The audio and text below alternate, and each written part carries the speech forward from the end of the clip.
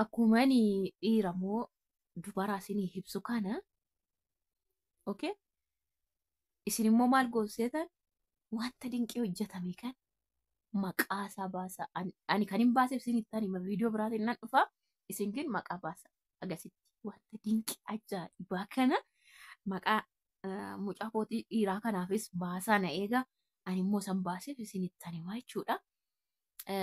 Like share gochuun dagatina subscribe godha na wajjin barumsan baradha dhuguma shamarreen kun dubartiin kun waan ta'e waan gaarii irratti ta'aa jira barumsa irraa argadha anaaf boru kunoo ta'e akkamiin tansimadha akkaman godha jechuu barbaadan subscribe godha maatii kootaa viidiyoon isin bira ga'a share like gochuu isin dagatinaan isiniin jedha maqaa garuu baasa waan ajaa'ibaa baasaa zim jettaniin baasina nan filadha.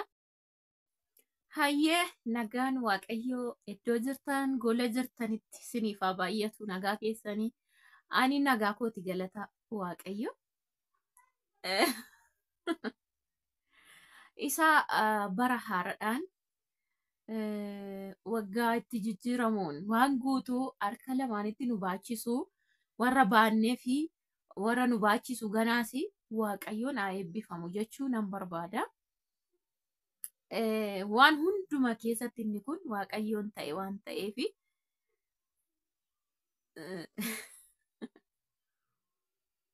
waan gaariin waan haararratti haaraan isin uumamu tokko waan haaraa fidee dhufa waan ta'eef akkasin isiniin jedha waaqayyoon haa eebbifamu dhugaa dubbachuu fi wanti baay'ee nama gammachiisu keessa jireenya koo keessatti uumamaanis namaafis gammadee yoo dhabame immoo kan hin gaddu tokko isa kanaadha waaqayyoon kan isin garuu keessa waan baay'ee yeroo baay'ee waaqayyoon sagalee isaa lafa naa akka amantii kootitti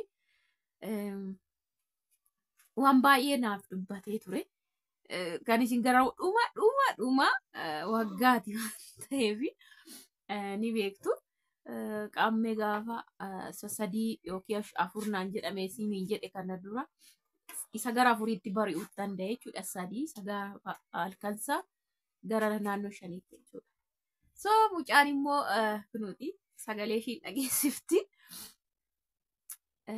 isa irratti maanni namoonni tokko tokko dubbadha yeroo warri dawanne baay'eetu jira kun immoo dinqiidha eenyumaafuu dinqiidha jechuudha gaafiidha jechuudha gaafiin immoo akka gaafiin uumamu waaqayyoon natti dubbateeti maal isin fagoo jirtu nan argine isa arguufu gaafiidha jedhe isa argeetoo argaa jiru dubbateefu gaafiidha jechuudha. Na hunduma keessatti waaqayyoon beekadha danda'aadha.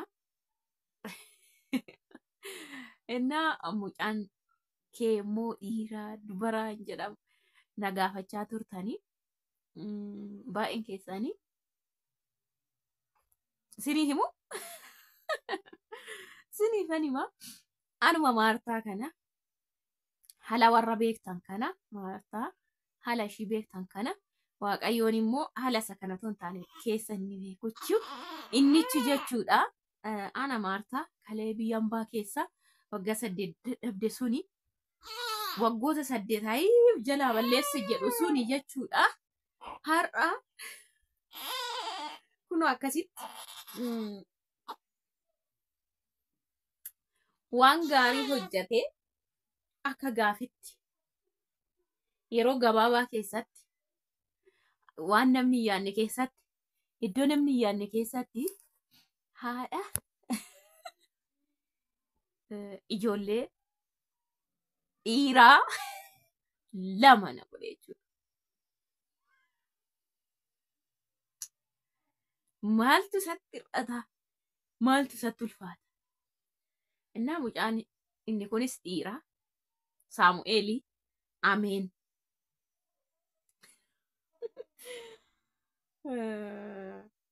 No maqaan isa kana immoo hundumaafuyyuu waaqayyoon haa eebbifamu hunduma keessatti jechuudha. Kanaaf mucaan kunis dhiira siniin jedhe waliin guddiftoodha jedhu waliin an guddisaa fataa godhe namni kun ganaa taphachuu ittiin sun taphachiisa ammallee hin beeku dubbachuu ofiif hin beeku waan ta'eef akkasii akkas godha gaa waaqayyoon namaa miti kan godhu akkas godha waaqayyoon kanaafi maal jechuu barbaadeen asum keessatti tuun kan koo dhimma koo isinitti taasa'u wanti hundumtuu nutti ulfaataa fi baroota baay'ee gaafii iddoo taatan keessatti isin qoru suni hundumti isaatu soba waaqayyoodhaan salphaa jechuudha. Salphaa baay'ee salphaa. An dhugaa dubbachuuf wanta gurguddaa narratti hojjeta waaqayyo wanta gurguddaa namni hin tilmaamu yeroo hundumaa jireenya koo keessatti isinitti meerame. Ganaa dakannatii kootii qabe waan gurguddaa hojjeta waan namni ta'ees hin beekne waan namni ta'uuf hin barbaanne hin dandeenye humna isaatiin. Namni soo nama gargaare kan hin dandeenye. Maaliif andaka sana nama maatiin hin guddifne ka'e tarii iddoo sanatti kuftinnaa xinnoo baratte iddoo sana afti iddoo sana jedhan nama waaqayyoon gaarummaadhaan ofii isaa na gorsee daandii sanatti agarsiisee iddoo kana ga'e. Har'a ammoo akkuma nama tokko hojjannee baana inni nama yeroo baay'een qoramna ijoolleen biyya achii geenye kuni isas immoo namootaan qorame isa keessatti immoo asiinis dabarsee waaqayyo iddoo gaarii iddoo ulfina isaati ulfina kan kootii osoo hin taane iddoo ulfina kan isaaf ta'u kaa'ee akkasitti na bareeche yeroo baay'ee yeroo achi teenyu yeroon indagadhuuti yeroon Dubaayitti deebi'u abdii kutannaa beektu si'achi naan jedhu si'achi sana jalqabee si'achi sana godhee si'achi sana akkas waan jedhutu jira na keessatti dhugaa dubbachuuf yeroo sana namaan abdii hundaa fixee obbolootaan firaan manaamina fixee jechuudha. Maaliif seetanii isin abdachiisee isin kuffisa kanan na abdachiisee nama na kuffisee jira yeroo sana yookiin fira keessa yookiin haadhoo keessa yookiin waan ta'e keessaa jechuudha. Kanaaf bakka yeroo sanatti ergan Dubaayitti deebi'een xinnoof jajjabeessaa deebi'e malee san umarraa haariidhaan deebi'e si'achi nama barate ta'ee tooni yeroo sana tooni waan jedhu na keessa jira. Waaqayyoon yaada otoo sana balleesseeti hundumaa waan godhuuf sirreessaa deema jechuudha. So kanaafi maal isiniin jechuun barbaada otoo hundumaa sana xarageeti yeroo gabaabaa keessa waan baay'ee hojjeta waaqayyoon. Kanaaf yeroo baay'ee barumsa qofa isinitti dubbadha beektu barumsatu si fayyada. Isa immoo jajjabinaan of haaromsuudhaan akka jiru akka godhu waaqayyoon beekuudhaan iddoo sana qaqqabdu malee ammas hojjedheen ammas qaxaqqaxeen ammas sana rukuteenii miti kan iddoo sana geessan. Otoo akkas ta'e immoo humna kootiin kun gonkumaan ta'u dandeettii kootiin. Kanaaf yeroo baay'ee immoo ani dhiphina koo yookiin rakkina koo maaliin an dabarsiseetan ofii nanaasaa fi isaa nanaasaa malee nama baay'ee naasa'u. Sijammaris furmaata naa ta'een beeku namni furmaatan godhadhu sijammaran. Amma too namni waan xinnoo dafeen waan isiif haa raawwatu moo waan guddaa namni hamma sii raawwata to'anii ishii xinnoon waaqayyo biraa eega malee isa guddaa asii namni naa godhu neeku. Kanaafi akkas godha waaqayyoon isiniin jechuu barbaadeni waan baay'ee isin barsiisa jedheen yaada asitti waan baay'ee tokkoon isin barsiisa yaada jireenya keessatti dhugaa dubbachuu fi kanaaf gaafiin keessan isinii deebi'e natti fakkaata. Egaa martan waggaa 2 kana dura tokko taatee jirtu. Garanaaf garas sadii taatee jirti jechuudha. 4 nama safaan jechuudha. Kanuma gabaqa namaan garuu tokkichi isiniin sirratu tokko. Kanaaf yeroo darbe yeroon waa'ee haadha ibborratti yaa akka biraan keetti hojjedhe tokko namoonni baay'ee kanuma afaan keetiin Yesuus jetta situ na beekaa Yesuus jechuu koo maal akka ta'e iddoo salphaattuu iyyuu hin beeku amantiin qaba jetta sanuma qallaaliin beekaani qallaaliin hin beeku amantiin tarii si caala waggaa 20 caala hamani warra hamani dur waggaa 30 warra hamani dur ani ani beeka jedhee nyaata. Isa beekuuf waaqa beekuun gargar kana bara. Waa'ee waaqaa beekuun gochasaa, arjummaasaa, gaarummaasaa, iddoo si kaase, iddoo jirtu, iddoo si kaa'u, nama eessaa kaase, baay'ee salphatoota eessa kaa'e isa beekudha. Waaqayyo maal hojjeta? Maal buqqisa? Maal dhaaba? Bakka waan akkasii beekudha. Waaqa beekuun immoo waaqa inni jetteetuma waaquma jettee afaanii waaqa jechuu malee hin beektu. Fudhattuyyuu hin amantu sagaleessa jechuudha. Waan hin jirre akka jirutti fudhadhaasa jedhu sana atammatoo si bira ga'ee inni ati waaqa bichaa beektu kun hin fudhattu. Iddoo duwwaatti maaltu ta'a jettee hin beektu. Ani gin waa'ee isaan beeka.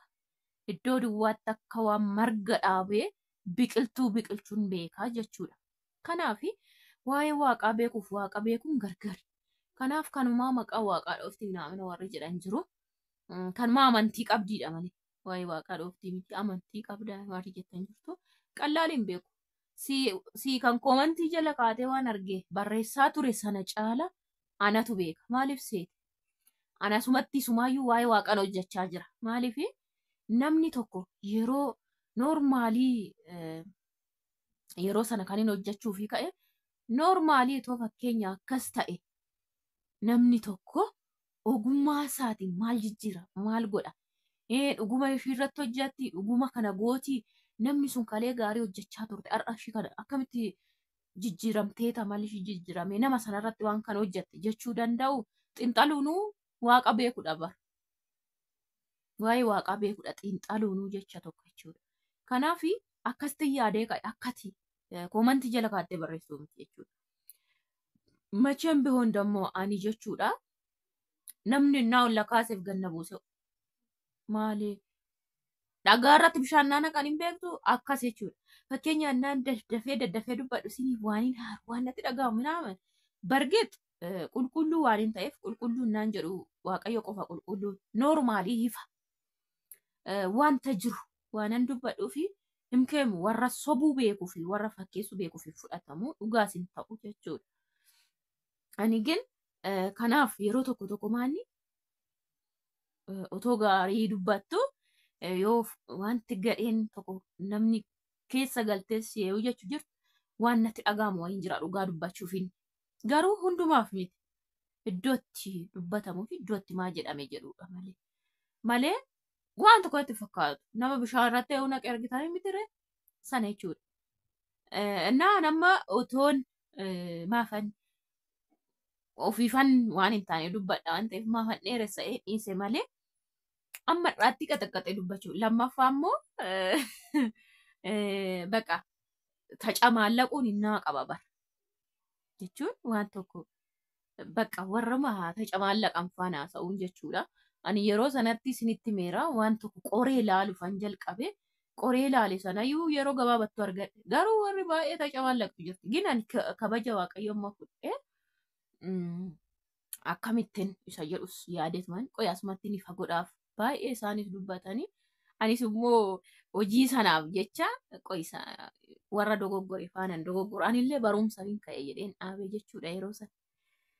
Kanaaf akkasii hunda dandeessuni waan hundumaa keessatti waaqayyoon dandeessisee danda'ee raawwatee gaarii godhee eebbisee isinitti meerame yeroo baay'ee eebba guddaattan deemaa jira isin jechaa ture. Eebba guddaa namni argachuu hin dandeenye tilmaamu baay'een obboloota dhugaa dubbachuuf baay'een jechuudha kiristoosin akkanatti baachuu miti milikiita isaa bichaan agarsiisin ajjeesu warra jedhanii jiru. Akkatti baachuu miti.